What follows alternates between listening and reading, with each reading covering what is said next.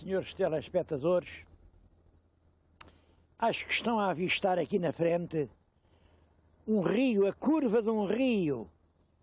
É um trecho do rio Sousa. Devo dizer que não há assim um mirante muito alto de onde eu possa mostrar-lhes um longo trecho do Sousa. Portanto, encontrei este pedaço que não é grande, mas que marca bem a paisagem do rio Sousa. O Vale do Sousa é um vale com cerca de 800 km², mas 800 km densamente povoados. Imaginem que aqui neste vale, nestes 800 km, ficam uma série de cidades. Fica Paredes, fica Penafiel, fica Felgueiras, fica Passos de Ferreira, fica o Castelo de Paiva, fica a Lousada. Tudo povoações muito importantes e muito laboriosas. A população é de perto de 500 habitantes em cada quilómetro. Quer dizer que aqui, neste pequeno Vale do Sousa, vive cerca de 500 mil de pessoas. É, portanto, dos pedaços mais ativos do solo português. É uma gente excepcionalmente trabalhadora e enérgica, e vamos dar uma volta aqui pelo Vale do Sousa.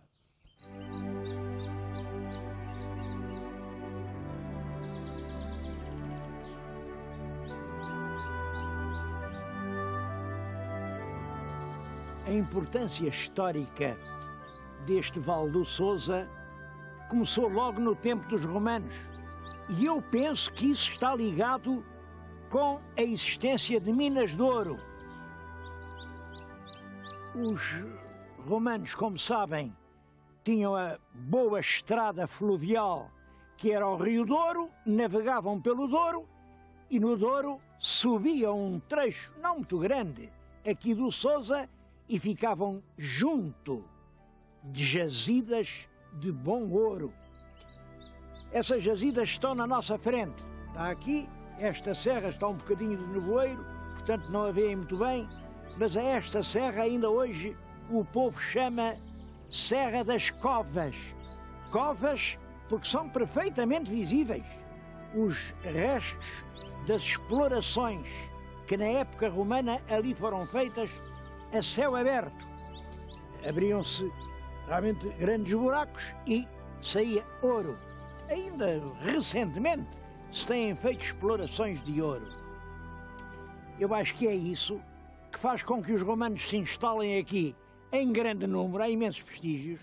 Depois, no lugar das vilas romanas, mas uma vila romana é uma propriedade, é uma herdade. No lugar das vilas instalam-se as paróquias cristãs e não parou mais a vida até agora.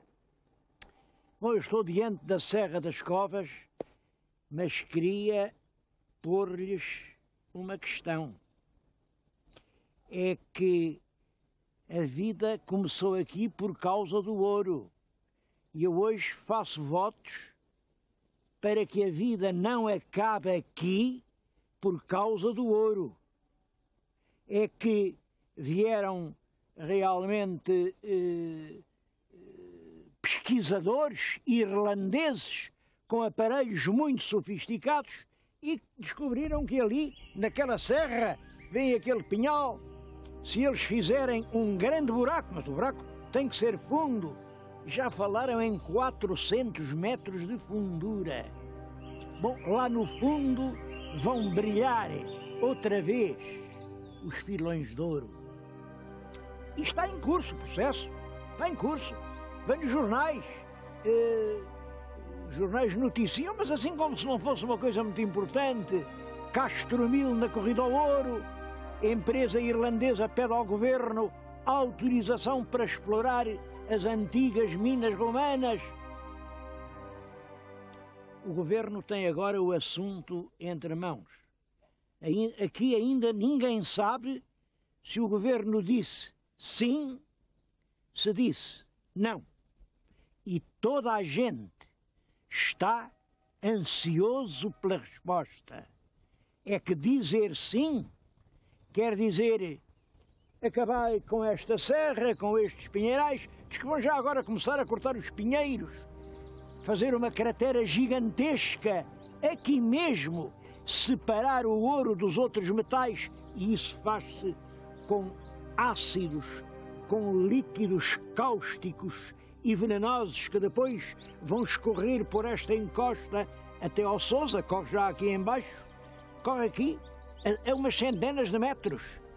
E o rio Sousa, onde, olhem, ainda este ano, se fez um concurso de pesca, vai ficar uma veia com uma baba de gangrena e de veneno que vai trazer a morte em vez da vida. Quanto ao terreno, já se sabe o que dão essas coisas, os exemplos estão feitos. Olhem, na Andaluzia, em Rio Tinto, fizeram assim uma gigantesca cratera a céu aberto. É claro, e hoje dizem os turistas que aquilo é bonito porque faz lembrar as paisagens da Lua. Esta gente aqui de Castromil preferia que lhes não dessem a Lua. Queriam apenas continuar a ter as suas terras, as suas flores, as suas aldeias. Este problema é interessante porque eu acho que fala-se para aí muito, muito, muito agora em ecologia e em ouro mal ganhado. Ouro que é preciso devolver e ambiente que é preciso preservar. Pois acho que agora chegou a hora da verdade. Vamos lá ver se o governo prefere o ouro ou a pureza do ambiente.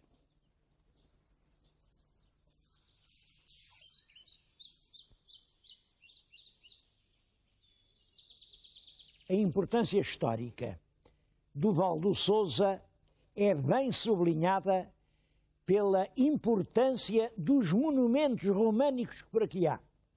Eu agora estou-lhes a falar aqui no claustro do Mosteiro de Sete, mas aqui perto, junto daqui, fica a Senhora do Val, onde também vamos vê-la, e fica a Igreja de Passos de Sousa e fica a Igreja de Passos de Ferreira.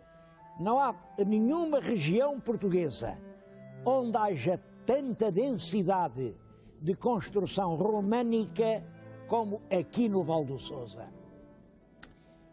É claro que esta palavra, sete, é uma palavra estranha, não é? Sete. Claro, houve logo uns portuguesinhos que ligaram isto com o francês. Sete, sete. Realmente há uma palavra, uma cidade em França chamada Sete, pois está-se a ver mesmo como foi. Como se fizeram este convento, pediram a uns faradinhos de lá que viessem para aqui ensinar a fazer o convento. E eles trouxeram o nome da sua terra, Sete aqui. Claro, só falta uma coisa, é que na cidade francesa de Sete, que é uma linda cidade, uma cidade de pescadores, um porto no sul da França, não havia convento nenhum. Como não havia convento, não pode ter havido faradinho nenhum. Outra hipótese é que Sete, o Sete atual, também pode ter vindo do nome próprio árabe, que era Sidi, que deu também o Cid em português. E realmente essa palavra, que hoje escreve Sete, escreveu-se de muita maneira, chegou a escrever-se Sidi. São hipóteses, o melhor é dizer que não sabemos. E que setes há outros em Portugal e até em Espanha. Por exemplo, Albacete, a palavra sete existia como topónimo relativamente comum e nós não sabemos o que queria dizer. Outra lenda curiosa, é de que este convento foi fundado por dois antigos mouros que se converteram, eles eram moçárabes, e converteram-se e fundaram realmente um mosteiro, que é este.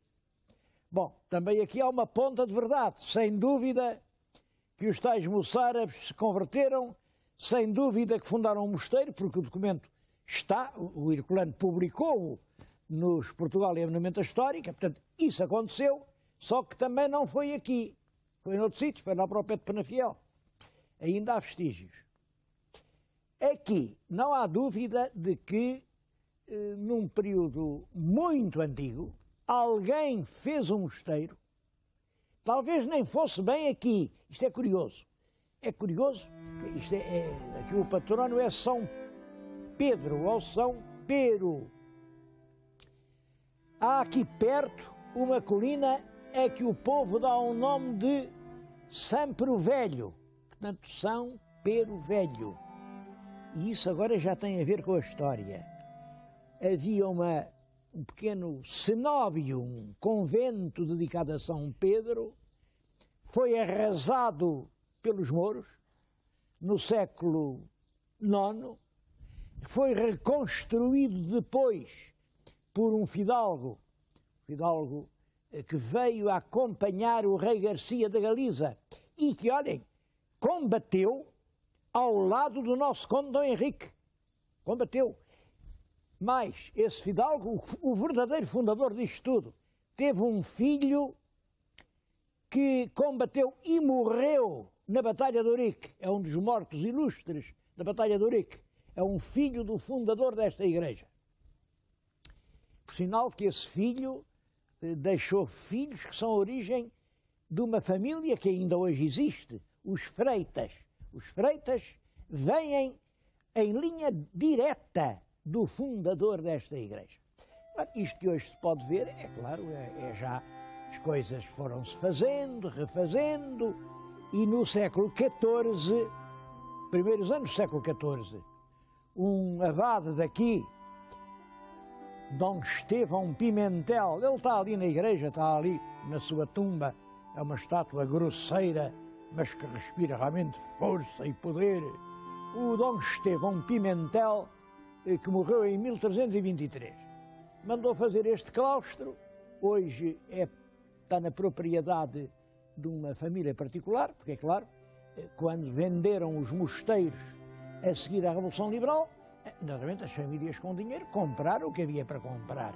E cá está um problema. Felizmente este parece que está em vias de solução, porque há uns acordos para conseguir que, enfim, isto apesar de particular, isto é evidentemente um monumento nacional, é evidente que isto é um monumento nacional. E a mim faz muita espécie como o que é nacional não seja público. Eu acho que se é nacional tem de ser público. Mas enfim, é uma maneira de ver minha. A própria igreja é um monumento extremamente notável. Extremamente notável. E daquela frontaria, eu penso que, enfim, a parte mais importante é tudo obra do tal Dom Estevão Pimentel dos princípios do século XIV.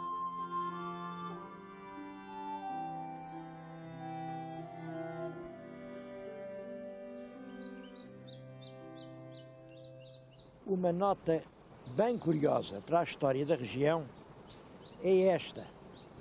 O centro administrativo, o centro do poder, durante muito tempo, não foi em Paredes. Foi numa terra que hoje é secundária, apesar de muito bonita, que é Aguiar do Sousa. Bom, o que é que isto significa? É que a localidade ficava perto da verdadeira via de comunicação, que era o Rio Sousa. Junto do rio ficava o povoado mais importante. Eu estou agora aqui, mesmo do Rio Sousa, junto do Sousa, e num ponto curioso, um ponto a que chama o Salto. Há ali uma ermida, é a Senhora do Salto. Claro, como sempre, mete-se aqui um milagre. Vinha um cavaleiro com um cavalo fogoso, rápido, ele vinha deste lado a perseguir uma lebre manhosa, de orelhitas levantadas. Claro que a lebre era o diabo, já perceberam isso? Não é que se levanta um nevoeiro, o cavaleiro chega ao alto daquela rocha, não viu este imenso precipício? Claro, A lebre lá arranjou maneira de se esgueirar, que era para o cavaleiro morrer. Mas o cavaleiro aí lembrou-se e disse: valha-me Nossa Senhora. E Nossa Senhora, não se sabe bem como, conseguiu que ele atravessasse de um lado ao outro e saltou do cimo de um penedo para o cimo do outro penedo. E há quem assevere, quem for aqui ao penedo deste lado, ainda lá vê hoje bem cravada a ferradura do cavalo.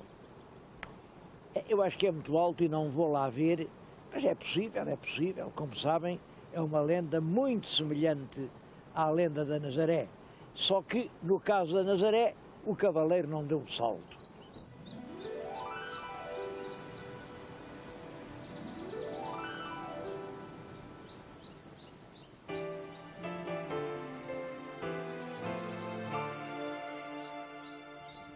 Quem deu um grande salto em frente foi a povoação de Paredes. Isto, nos princípios do século XVIII, era um lugarzito quase insignificante.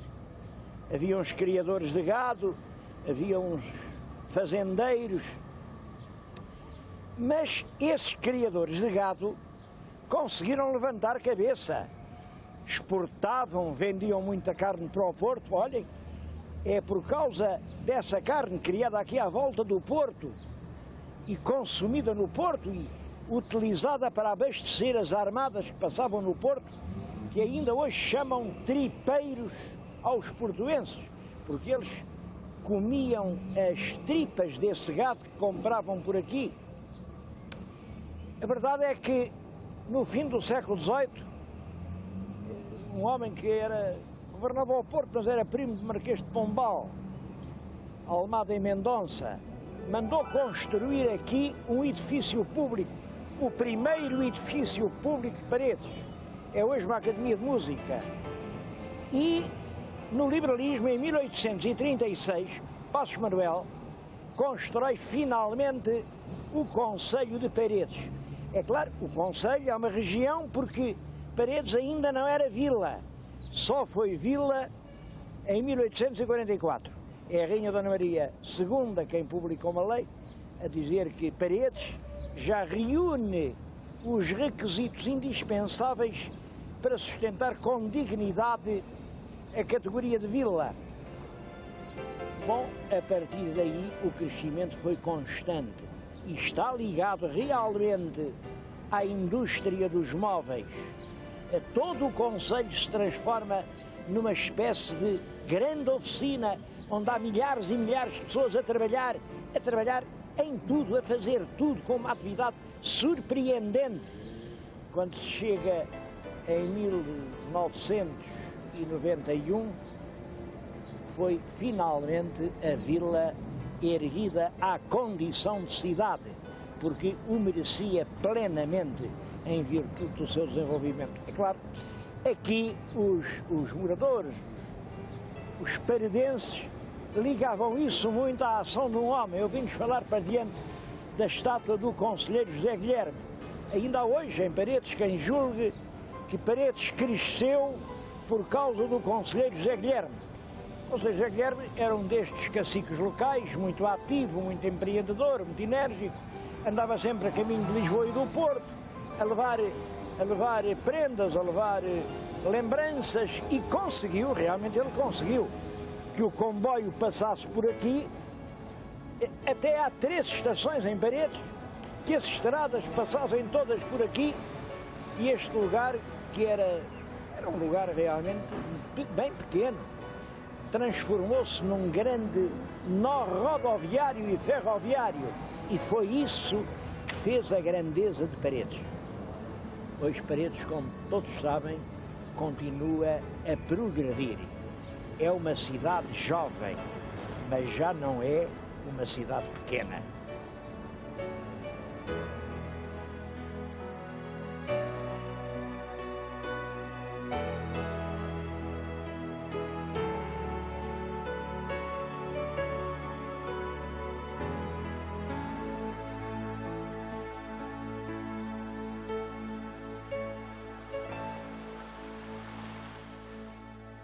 Bom, mas toda a gente sabe que hoje a principal atividade económica aqui no Val do Sousa é a fabricação de mobiliário. Eu sei que há até uma certa competição. Passos de Ferreira dizem aqui é que é a capital do móvel. Paredes diz sim, mas aqui é que se fabricam 65% do mobiliário. Essas pequenas questões não têm importância nenhuma, porque a verdade realmente importante é esta. É no Val do Sousa que se fabrica praticamente todo o mobiliário de qualidade que se consome em Portugal e que em grande parte se exporta. Eu vim aqui a uma das freguesias de Paredes, que é a freguesia do Lourdelo. Só aqui, nesta freguesia, há mais de 500 fabricantes. Bom, agora diga-me lá ao meu telespectador, há mais de 500, eu quero mostrar pelo menos um, como é que eu vou escolher? Eu acho que em tudo se deve usar de um critério.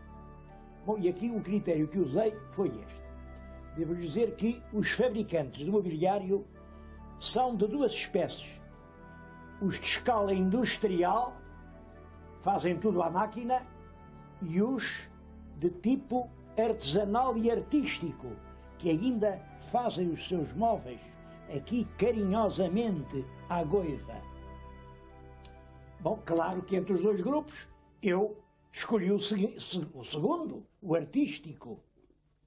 Em seguida dirigi-me ao senhor presidente da Junta de Freguesia do Lourdelo e disse-lhe: aqui, dos verdadeiros artistas da marcenaria, dos que trabalham ainda com as mãos, diga-me qual é o mais antigo e o mais prestigioso.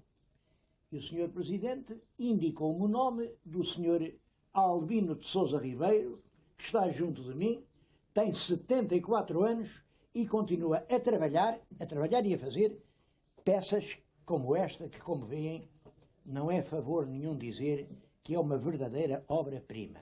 É uma cômoda em pau santo e é realmente uma peça para mim fascinante.